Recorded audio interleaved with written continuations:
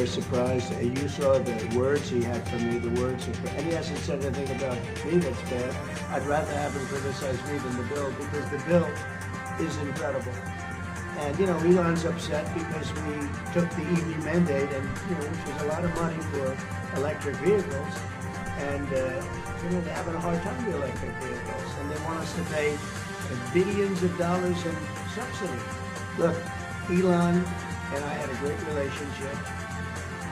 I don't know if we're well anymore. I was surprised because you were here. Everybody in this room practically was here as we had a wonderful send-off. And if you saw the statements he made about me, which I'm sure you can get very easily, it's very fresh on tape, he said the most beautiful things about me. And he hasn't said bad about me personally, but I'm sure that'll be next. But I'm very disappointed in Elon. I've helped Elon a lot. This is the guy you put in charge of cutting spending. Should people not take him seriously about spending now? Are you saying this is all sour grapes? No, he worked hard and he did a good job. And I'll be honest, I think he misses the place. I think he got out there and all of a sudden he wasn't in this beautiful Oval Office. I'll tell you, he's not the first. People leave my administration and they love us. And then at some point they miss it so badly. And some of them embrace it and some of them actually become hostile. I don't know what it is. It's sort of Trump derangement syndrome, I guess they call it. But we have it with others too. They leave and they wake up in the morning and the glamour's gone. The whole world is different and they become hostile. They don't know what it is. Someday you'll write a book about it and you'll let us know. Yeah. I thought we get to the forever. Yes, folks.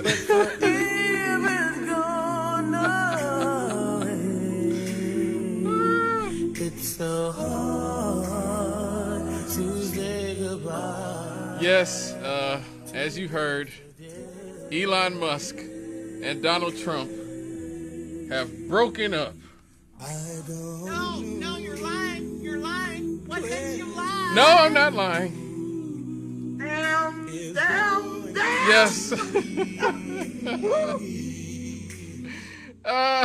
Yes. A marriage that seemed like it was built to last has ended, folks. The marriage between Donald Trump and Elon Musk is over. I mean, if they can't make it work, then what hope do any of the rest of us have? I was rooting for those crazy kids. Just messing with you. Yes. So yeah, if you've been watching the news, you've seen that over the last 2 days, the relationship between Donald Trump and Elon Musk has not only dissolved, but has gone nuclear. Like, Elon Musk is really throwing bombs at Donald Trump. He said he was in the Epstein files, which we already knew. Duh.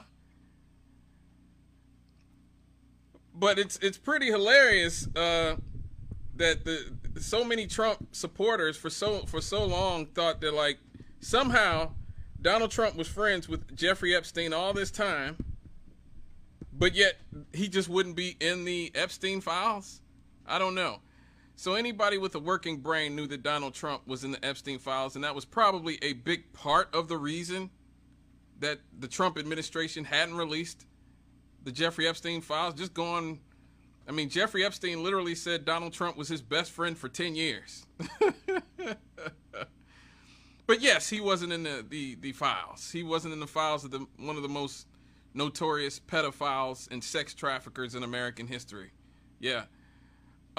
They all were. Elon Musk, there's plenty of pictures of Elon Musk and Ghislaine Maxwell, who was Jeffrey Epstein's girl Friday, who helped arrange all the sex trafficking for Jeffrey Epstein. It's still bizarre that, like, Ghislaine Maxwell is in jail, but none of the people that, the politicians and rich guys that Jeffrey Epstein provided the sex workers to, well, I guess they'd be trafficked teens in a lot of instances, have been locked up. Something to think about. Especially when you consider people like Prince Andrew, the Prince of England, was one of the people who was found to have been one of Jeffrey Epstein's clients and friends, and, you know, even got caught in a picture with one of the trafficked girls. One of them was actually caught in a picture giving Bill Clinton, you know, Bill Clinton, a massage. And so, again, Jeffrey Epstein was a part of all these people's lives. Bill Gates, Bill Clinton, Donald Trump, Elon Musk, all of them. So I think everybody was sort of fooling themselves that they think that he just was going to release those files. But yeah, Elon is throwing bombs.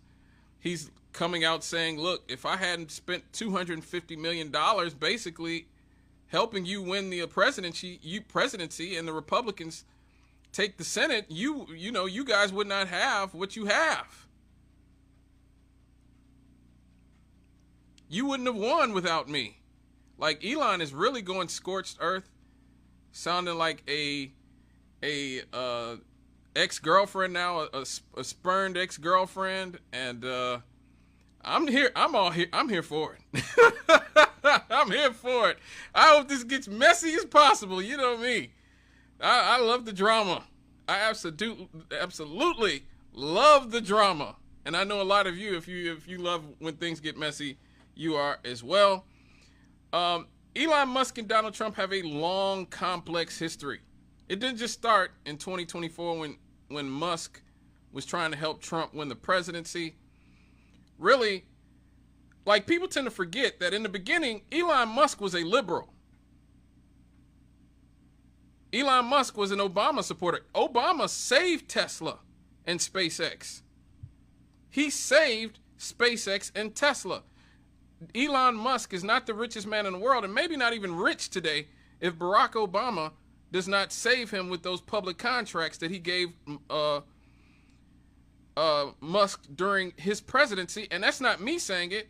Elon Musk himself said that he was worse than broke before Obama's administration bailed him out. Again, it sort of goes back to the beginning of the show. What's the difference between a liberal and a leftist? Well, there you go. There you go. Right there. Obama was friends with Elon Musk. That tells you what you need to know about him and which side he stands on. And Elon Musk was friends with Barack Obama, so that tells you where they were at. These people had no leftist principles. They were corporate elites who supported, you know, who support the military-industrial complex and all those types of things. So, obviously, being a friend of Obama, Elon Musk and Donald Trump were not naturally allies. You know, Musk actually criticized Donald Trump before the 2016 election and said he was not the right person for the job and that his character, he lacked character that would reflect well on the United States. So in 2016, Elon Musk was still the darling of the corporate liberal Democrat types. So, but during Donald Trump's first term, Elon Musk joined two of Trump's business advisory councils to influence environmental and immigration policies. So again, this is what the elite classes do. Even when they fight in public, when it comes to colluding and maintaining wealth and power, they get on code real quick. They get on code real quick. And so even though Elon Musk didn't like Donald Trump and said he lacked the right character to reflect on the United States, as soon as Trump got in there the first time, Musk just sort of bent the knee and said, okay, I'll join your business advisory councils to influence environmental and immigration policies. But then they started fighting again. Elon Musk resigned from the councils after Donald Trump withdrew the U.S. from the Paris Climate Agreement. In 2016, Elon Musk posted on X, which was Twitter at that point, I am departing presidential councils. Climate change is real. Leaving Paris is not good for America or the world. Again, Elon Musk is still a liberal at this point. Now, you fast forward a few years, you know, they started to, again, they start coming back together. Their views started to align on issues like deregulation and challenging the, you know, corporate media. The liberal media, should I say. At that point, Donald Trump calls Elon Musk one of our great geniuses and compared him to Thomas Edison and praised his work on electric cars and rockets. Okay, so Musk reciprocates and, you know, and thanks Donald Trump for his support. Trump then supports Elon Musk's decision to reopen Tesla's Fremont factory in spite of California's restrictions during COVID. And so then, so at that point, they were sort of simpatico again. 2022 comes. Now their tensions are boiling again. So in 2022, Elon Musk acquires Twitter and rebrands it X. We all still call it Twitter. I don't know, nobody calls it X. You know, I call it Twitter, whatever. But Trump at the same time was launching his own social media platform because he had been banned from Twitter and Facebook and Instagram and everything under the sun, called Truth Social. And so at that point, since Donald Trump saw Elon Musk as somebody in competition with him, he calls Elon Musk another BS artist and questioned his claim of never voting Republican. And he even doubted that he would even actually buy Twitter. So Elon responds to that and says, I don't hate the man, but it's time for Trump to hang up his hat and sail into the sunset. That's for 2022. He suggested that Donald Trump was too old to run again and endorsed Ron DeSantis. We tend to forget that a lot of the right was hedging their bets that Ron DeSantis would be the guy to take Donald Trump out. Like, he was the darling of the right when COVID happened because he fought back against the restrictions from COVID and the vaccine, and he fought back against the DEI stuff. Me and the Rev covered that stuff while it was happening. So a lot of right-wing influencers sort of jumped on the DeSantis wagon because they thought Trump is weak. He's been impeached multiple times. January 6th this happened. All this is happening. Ron DeSantis is the guy. Well, Ron DeSantis wasn't the guy. So at this point, Elon Musk tells Walter Isaacson, his biographer, that Trump was disruptive and the world's champion of BS. At that point, Trump says, post on Truth Social, that Musk could owe $44 billion for something that's perhaps worthless, and claimed that Musk's businesses rely on government subsidies, which is true to an extent. By 2023, again, relations thaw. Musk starts coming out overtly as a right-winger. He says he's frustrated with California's regulations and Joe Biden's policies, and he comes out as really one of the hard anti-trans people because his son wants to be his daughter. And so he starts supporting the Republicans overtly, like specifically Ron DeSantis.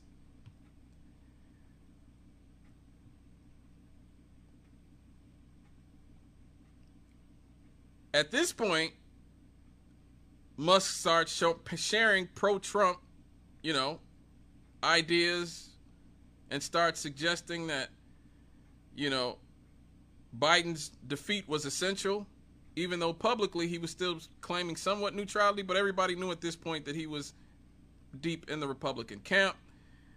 And by 2024, after the assassination attempt, Musk officially endorses him a few minutes later and says, I fully endorse President Trump and hope for his rapid recovery.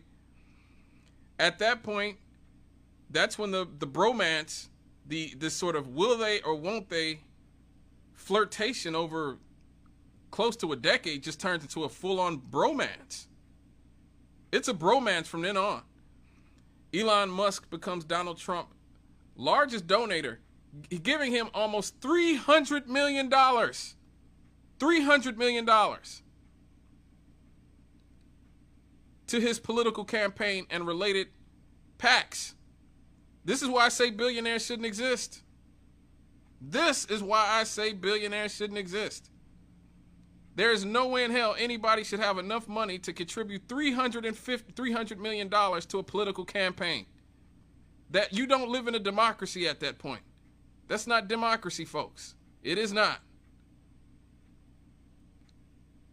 And at this point, Elon Musk turns X, which formerly known as Twitter, which we all still mostly call it, into a right-wing MAGA platform. So this man, who is a billionaire, spends $300 million on Donald Trump's campaign and related political action committees, while at the same time turning the medium of our time, Twitter, which is where most political news and most political ideas are broken and basically shared, into a personal sounding board for Donald Trump's ideas. At that point in October of 2024, Elon Musk joins Trump at the rally in Butler, Pennsylvania. That's the infamous "Take over, Elon" speech, where Elon is jumping around, probably out of his mind, zoinked out of his mind, if reports are to be believed. And so Musk at this point buys his way into the White House. Trump wins. Musk is at Mar-a-Lago, sitting in on all the meetings and calls, again, merely because he bought his way in with $300 million. $300 million. On top of buying a platform, the most important platform in politics, and making it solely about Donald Trump and propaganda for MAGA, spreading, white nationalism and all those other things. So again, he has become one of the most powerful people in the world, not just the richest man in the world, but the most powerful, arguably one of the most powerful men in the world. And so at this point, Trump appoints Musk and Vivek Ramaswamy to lead the Department of Government Efficiency to cut federal spending. Notice both Elon Musk and Vivek Ramaswamy wore out their welcomes relatively quickly.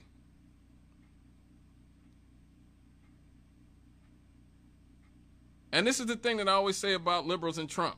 They always get wrong about Trump. They always try to assign some sort of ideology or belief system or marry him to somebody, an ideological leader or a thought leader. Donald Trump has no morals. He has no values. He has no beliefs. None. He is a completely empty vessel of a human being. He's like an amoral shark. All he knows is to keep moving forward and to eat what will benefit him and discard what won't. I remember during his first term, Steve Bannon, the white nationalist, is going to be running the White House. He got rid of Steve Bannon in like a few months. Now it's Elon Musk is going to be running things. Elon Musk thought he was going to be running things.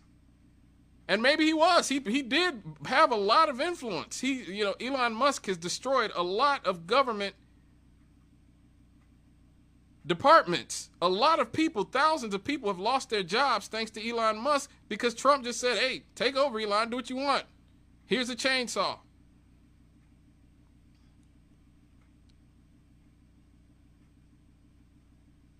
Last week we talked about the 100,000 black women who were on the unemployment rolls, and a big part of that was because all those government programs that Elon Musk was cutting was disproportionately affecting black women who are disproportionately employed by the government and government-funded entities. And so Elon Musk did buy a considerable amount of influence, but as soon as he was no longer useful to Donald Trump discarded him like, the bones in catfish. Just threw out the bones. There you go. Just like he got rid of Vivek Ramaswamy. Vivek Ramaswamy did all that to pander to white nationalism. Hey, you know, those black people are just lazy. They have a bad culture. As soon as he offended white people and said that white people were lazy and had a bad culture, he had to go too. He wasn't useful no more.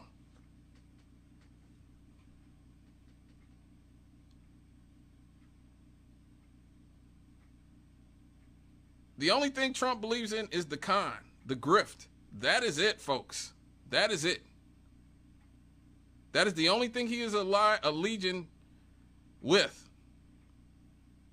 The grift, the con. That's it.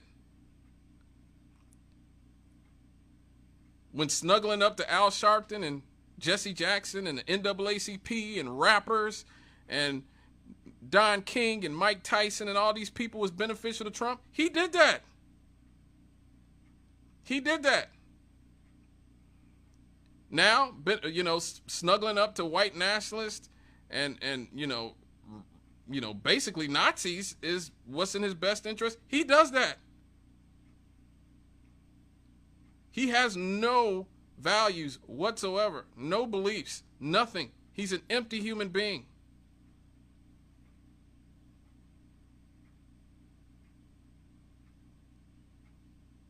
But that's the thing that has helped him politically more than anything else, because you can't pin him down to anything. He'll contradict himself.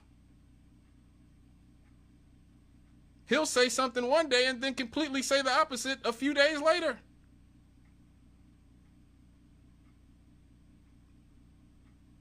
No values, no beliefs, nothing.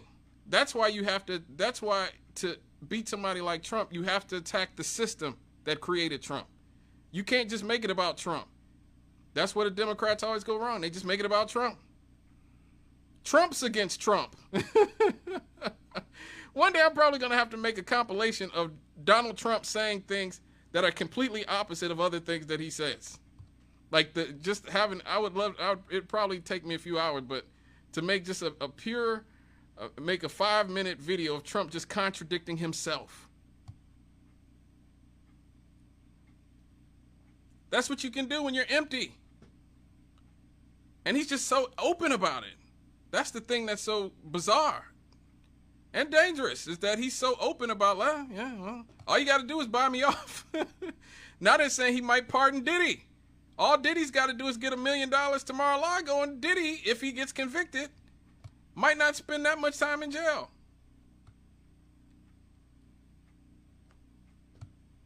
He don't care. He'll pardon. I mean, he just pardoned Larry Hoover,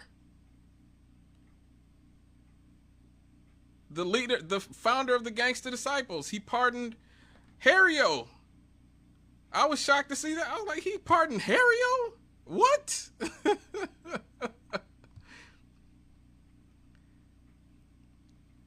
drug lord Harry-O, who was the primary funder of Death Row Records with Suge Knight and Dr. Dre. They did that with Harry-O's money.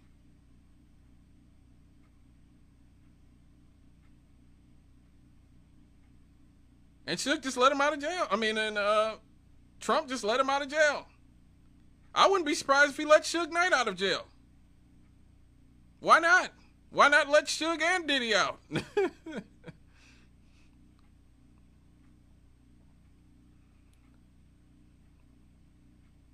So here's where things really started to go wrong. About a few months ago in February, Musk's influence started to grow. People started speculating about his power. They started calling him President Musk. We knew that Donald Trump would not like that. He does not like when people are not subservient to his power and his power alone. He does not like that. He likes everyone to know he is the man and he is in charge. And if you placate and cater to his ego and treat him like he's 5 years old, he will reward you for that. But if you get too big for your britches, which Elon apparently did, then you'll be out. And so Musk's you can tell, starts to sense that Donald Trump is a little bit irritated with people calling him President Musk. Musk, on some level, tries to placate Donald's ego and reminds him who he's aligned with, and he posts, I love Donald Trump as much as a straight man can love another man.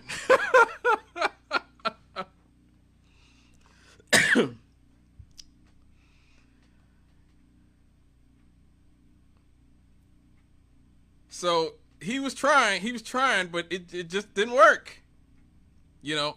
And eventually Musk, again, starts to get too big for his britches. He starts criticizing Trump's policies. He starts criticizing the tariffs. They said they were disrupting his company's supply chains. Elon Musk had a candidate that he wanted to see as the NASA administrator named Jared Isaacman.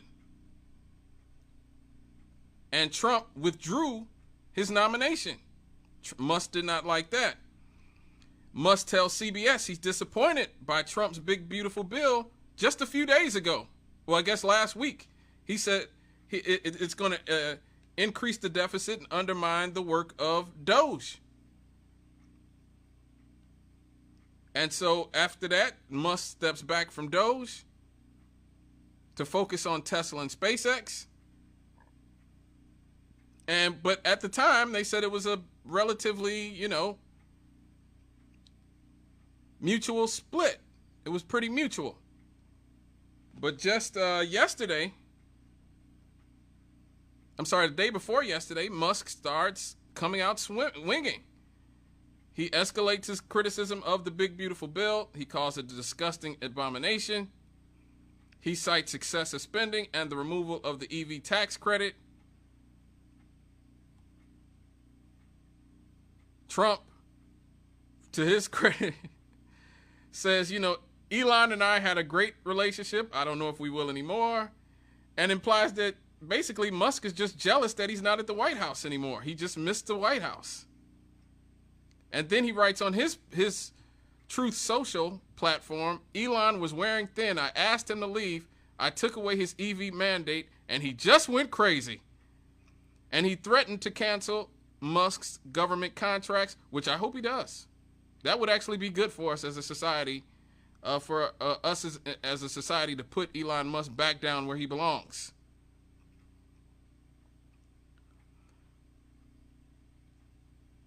Musk actually responded and called Donald Trump's claims fake and false and said that he supported Trump's election but felt betrayed. Now, after this, his Tesla stock has dropped 15%. And so, look, I know I've gone on for about a half an hour on this, but this is important in the sense that, one, it shows once again that Donald Trump has no values, no ideology, no allegiances, no loyalty to anybody whatsoever. Every time you think Donald Trump is going to be loyal to somebody or he's going to completely placate somebody else's ego, he basically gets rid of them. The only people he's never betrayed are the Zionists. That's it. Israel is it. Israel's the only entity that Donald Trump has pretty much stayed loyal to the whole time he's been in politics. And that shows you a lot about who has real power.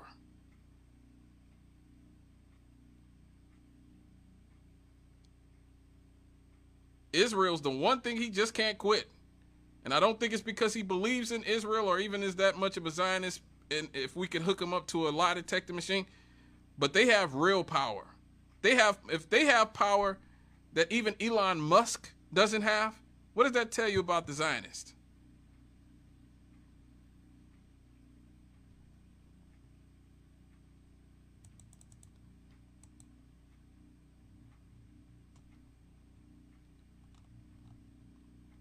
That tells you a lot about who really has all the power in our society.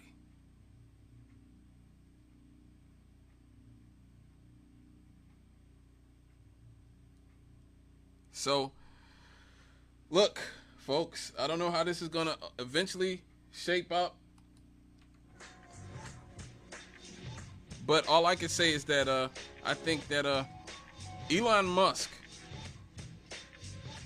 if he thinks he's just going to roll over on Donald Trump and Trump won't do anything, he has not been paying attention. Everybody who has ever gone to war with Donald Trump generally ends up worse for wear. And Donald Trump has the bully pulpit of the presidency. He can weaponize the Department of Justice. Remember, Elon Musk, one of the reasons that Elon Musk paid all that money to get all that influence was because he was under so many investigations from all of our regulatory agencies. Also, Elon Musk came here illegally. He committed immigration fraud. If Donald Trump wanted to look into how Elon Musk committed immigration fraud to come here and work when he wasn't supposed to be, and there is no statute of limitations on that. He could literally have Elon Musk taken out of the country. He could literally weaponize the Department of Justice against SpaceX and Tesla, which have all kinds of accusations. Before I go to a break, let me get this caller. Hello, caller, what's up? Hello, caller, what's up? Yellow, what's up, caller? Hello there. What's up? Good afternoon, good evening. A great show as always. Okay. Thanks a lot. Hey, I was wondering if you got to that memo or not. What's up? I was wondering if you got to that memo we talked about. Yeah, the power memorandum. What about it? You guys just curious how related you found it to the Modern Heritage 2025 plan. Well, I mean, look, we've talked about before, the Project 2025 is the same plan they've had for 50 years. For 50 years, that's like that. Yeah. So, definitely nothing has really changed about the right-wing, plan for America. It's just ultimately Donald Trump is just the vessel that they've used to bring a lot of those things to fruition. I think Mr. Trump has removed the veneer. Mm-hmm.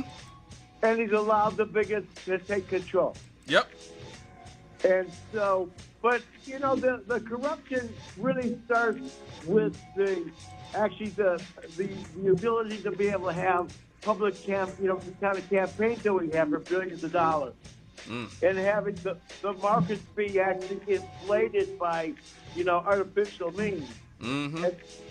But like I said, I appreciate. Oh, by the way, one other thing, originally when those guys started, the GOP guys started this new phase of their action, they called themselves neoliberals. Yep. Neoliberals. Mm-hmm. And so the idea of being, supporting liberty. I'm a conservative. I'm a constitutional guy. I think the law is what we need to have, and we adjust the laws. But if we have no spokespeople, which we don't, and, where are we going to go? Mm-hmm. The Democratic Party is about as split as when you drop a water balloon. Mm-hmm. That's how cohesive they are. Yep. And if you threaten their ability to connect to Wall Street, they get to hide. Yeah, I agree. And so, but anyway. Thank you for your call, brother. You always drop bombs. You always drop bombs. By the way, happy birthday to Dr. West. Yes. Thank you for your call, brother. Yes, happy birthday to Dr. West. We will celebrate him in the Happy Happies coming up. But when we get back, we're going to talk about Palantir. A lot of you may not know that name, but you will.